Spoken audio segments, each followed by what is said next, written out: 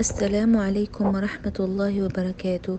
اللهم صل وسلم وبارك وأنعم على حبيبك محمد صلى الله عليه وسلم. الحمد لله عدد ما ذكره الذاكرون وعدد ما غفل عن ذكره الغافلون. كيف حالكم حبيباتي؟ هذه الحلقة تحفيزا لكم لتكثفوا الصلاة على النبي صلى الله عليه وسلم في يوم الجمعة، وخاصة في الساعة التي قبل المغرب، لأنكم تعلمون أن هناك ساعة لا يرد فيها الدعاء في يوم الجمعة. فأكثروا من الصلاة على النبي صلى الله عليه وسلم بنية تحقيق ما تريدون، وطبعا بنية الغفران، يعني الله سبحانه وتعالى يغفر لنا ذنوبنا، فبالصلاة على النبي يكفى همك ويغفر ذنبك. عش بحالة التسليم وليس بحالة الانتظار. حالة الانتظار فيها مشاعر سلبية مثل الخوف والقلق، لأنك تنتظر شيء معين يحدث ورافض أي حل آخر. أما حالة التسليم مشاعرك إيجابية مثل الطمأنينة واليقين، لأنك فعلت كل ما عليك وسلمت أمرك لله، فأنت راضي بأي شيء لأنك تعلم أنه خير لك. هذا هو التسليم لله سبحانه وتعالى واليقين بالله عز وجل.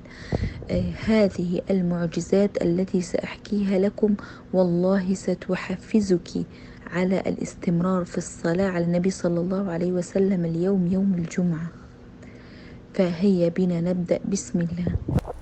تقول أحد الأخوات: أنا من مدة صار معي ورم، وكنت دائما أبكي في سري، وذهبت للطبيب قال ليس خبيث، لكن لم أصدقه، ولم أترك الصلاة الإبراهيمية والحوقلة في كل وقت وحين حتى في الليل.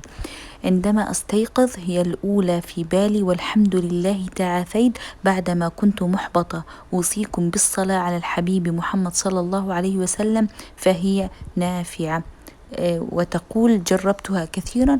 وكم مرة أقول نحن لا نجرب؟ النبي صلى الله عليه وسلم قال: فبالصلاة على النبي يكفى همك ويغفر ذنبك. وأخرى تقول: أنا في عملي عندنا كل بضع سنوات تنزل عندنا لجنة تفتيش كي تعطينا علامة للعمل الذي نقوم به، وحسب هذه النقطة يتم تحديد الراتب، هل يزيد أم يبقى على حاله. وهذه العلامة عندها تأثير قوي على الوسط في العمل، فأصحاب العلامة السيئة يشيع أنهم لا يعملون جيدا، وتصبح سمعتهم سيئة. السنة الماضية كنت غير مستعدة لاستقبال اللجنة، لكن مديري في العمل أصر على استدعائهم لأنه يريد تقييم عملي، فقمت أدعي في رمضان وفي الصلاة وفي أوقات الاستجابة بأن لا يقبل طلب المدير، لكن في أعماقي كنت أشعر أن اللجنة سوف تحضر. وفي نهاية دعائي أقول: يا رب، لو حضرت اللجنة على الأقل يكون أدائي جيد وعملي الذي أقدمه يعجبهم. المهم بعد الدعاء والإصرار في الدعاء بعدم زيارة اللجنة، لكن اللجنة حضرت، وكنت فعلا في حالة فوضى، وتقديمي لعملي كان سيء، لكن قلت الحمد لله فيها خير، فيقدر الله ويفعل الخير لي. وتفاجأت بعد أيام بنقطة: جيد جدا. من هذا فهمت أن الدعاء الذي نظن أنه لم يستجاب في الحقيقة تم استجابته بالأفضل. أنا لم أريد حضور اللجنة لكي لا تضع لي نقطة سيئة، لكن شاء الله أن تحضر رغما عني، ووضعت النقطة التي أحلم بها، ولله الحمد. وأخرى تقول: السلام عليكم، أنا مررت بمرض عصيب، وتصادف مرضي هذا بحملي بابني، وكنت أخاف على ابني أكثر مما أخاف على نفسي، وطلب مني إجراء عملية على وجه السرعة، كانت عملية المرارة، فبكيت وتوجهت إلى الحي الذي لا يموت، وأخذت أصلي على النبي صلى الله عليه وسلم بنية الشفاء بدون رقم المحدد، المهم بكثرة، والحمد لله. تلاشى الألم تماما. وبعد الولادة والحمد لله ذهبت لطبيب لإجراء الفحوصات، اكتشفت أني شفيت تماما ولا أحتاج إلى عملية أبدا، وكل ذلك بفضل الصلاة على النبي محمد صلى الله عليه وسلم. فبالصلاة يكفى همك ويغفر ذنبك.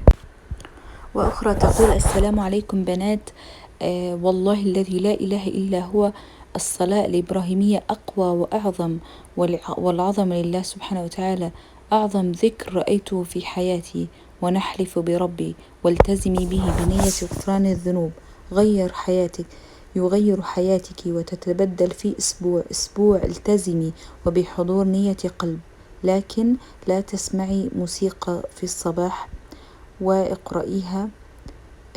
ابتعدي عن الذنوب والنميمة، ابتعدي عنها، استغفري وابدأي صفحة جديدة مع الله سبحانه وتعالى. صلوا على النبي وفوضوا أموركم لله سبحانه وتعالى. هيا حبيبتي، حتى لا أطيل عليك، قومي الآن وابدأي بالصلاة على النبي صلى الله عليه وسلم. إذا شعرتي أن الصيغة الإبراهيمية طويلة قليلا فيعني اذكريها بعدد معين، وأكملي بصيغة اللهم صل على محمد وعلى آله وصحبه وسلم، أو اللهم صل على النبي، اللهم صل على محمد، كما تشائين، ولكن هي أفضل الصيغ وأكملها هي الصيغة الإبراهيمية. استمروا والله إنها لبركات عظيمة. وتهيئي وتجهزي لشهر رمضان المبارك، وأكثري منها في شهر رمضان بنية كل شيء: غفران الذنوب والعتق من النار وقضاء الحوائج، فإنها والله لا بركة. وكل عام وأنتم بألف خير، وجزاكم الله كل خير على حسن الاستماع، والسلام عليكم ورحمة الله وبركاته.